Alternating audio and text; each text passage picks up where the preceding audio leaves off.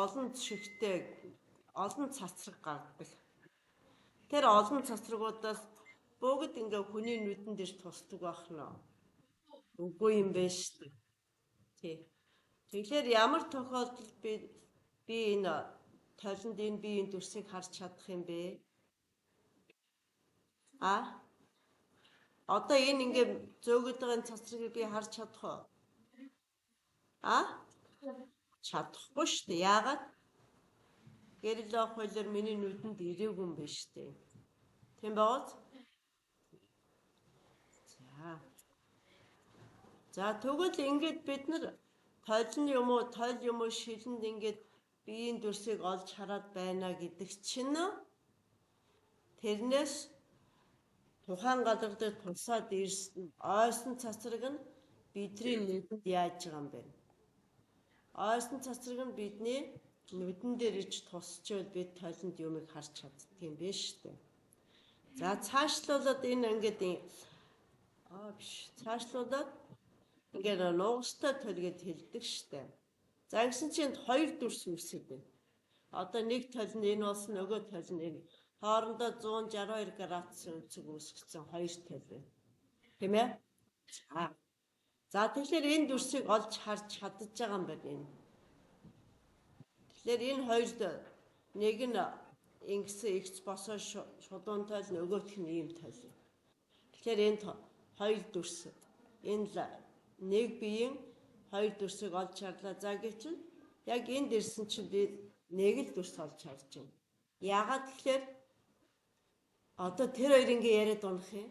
Яагаад тэгэхээр энэ талын энэ дээдлийн нарсан толин дээр тусч байгаа гэрлийн ойлт нь энэ хүний нүдэнд яаж юм? Ойсон цацраг хүний нүд рүү ирэхгүй штэ. Тийм учраас энэ хүн ерөөсөө ганцхан дүрс олж харж чадчихжээ гэсэн. За тэгвэл энэ биеийг нь жоохон наашнингээ байрлуулчлаар энэ хүн хоёр толинд нэг биеийн хоёр дүрсийг зэрэг харж чадчихжээ гэсэн үг байна шүү дээ. За ингээ ирэхлээр хоёр толь байгаа боловч энэ хүн нэг л толинд дүрс харж чадчихжээ. Яагаад вэ гэхээр энэ цацраг байгаа боловч тэр ингээд гэрэл авах хуулиар энэ хүний нүдэнд ирэхгүй. Тэгээс энэ цацрагандаа гэрэл авах хууль нь биелж байгаа. Хамгийн гол нь ойсон цацраг нь энэ хүний нүдэнд ирж харагдахгүй байгаа дээ шүү дээ, тийм ээ. За бидний өнөөдрийн үзэх зурх уншираа. Ааха.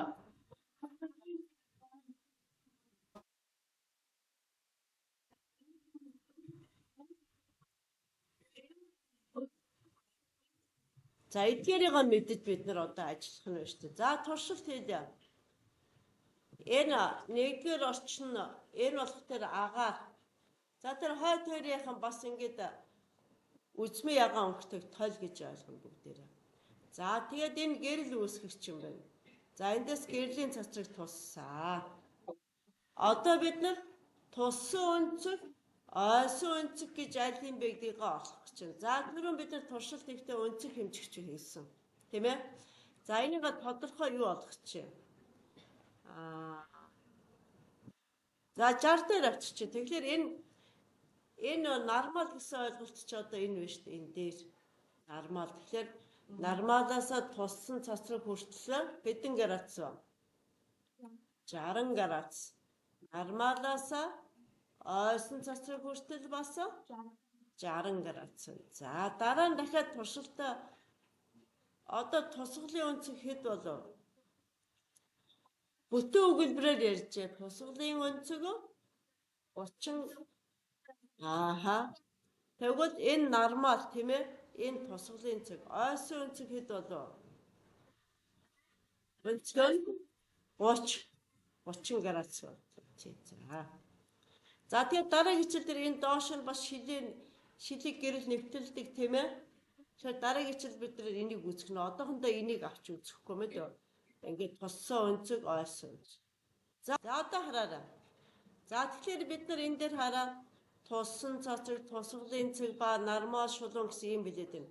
За нэгдүгээр туссан цацраг нь аль юм бэ? Нэгдүгээр туссан цацраг маань Энэ гэрэл үүсгэж. Ногоо өнгөр явчихлаа. За яах вэ? Гэрэл үүсгэж энэ.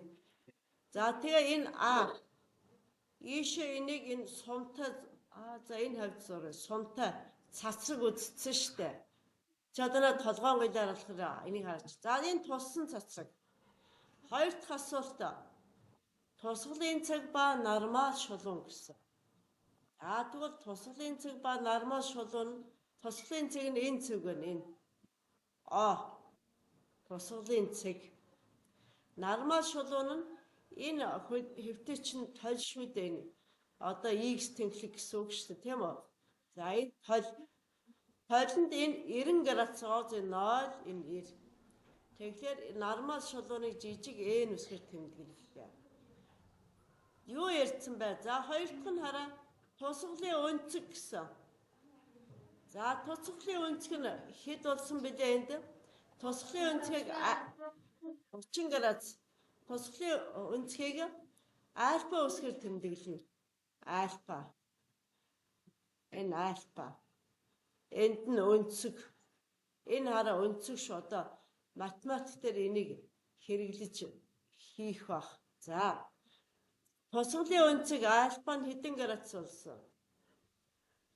Яраарай. 30 градус их сайн удахгүй.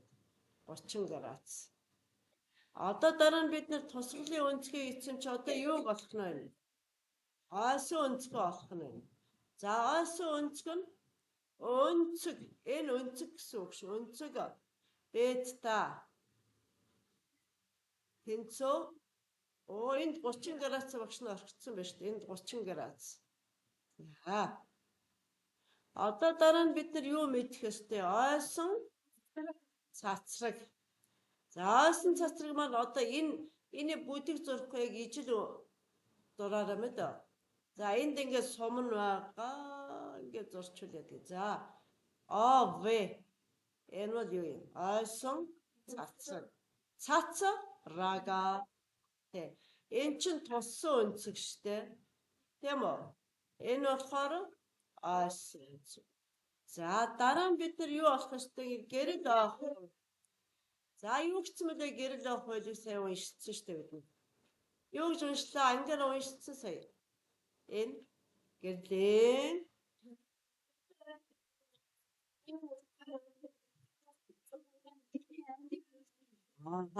За. Тэгээ сая туршилтад гэрэл ойгоо тухайн хүний нүдэн дээр л ойсон цацраг нь ирж явах юм бол тэр биеийн дүрсийг толинд харж чадна гэж сая энэ бас туршилт хийсэн тийм ээ. За энэ болох дээр нөгөө толинд дүрс үсэд хэд байгааг харцсан. Энд болох дээр тусгал гэрэл ойход туссан ба ойсон өнцгүүд ямар юм? Тэнцүү гэдгийг харцсан. Тийм баз одоо энэ 80 градус. Тусгалын өнцг нь 80 градус. Ойлтын өнцг нь ямар болж байна? 80 градус болж шүү. За болсон. Одоо энэ нэгдүгээр туслаас эхлээд. За болсон.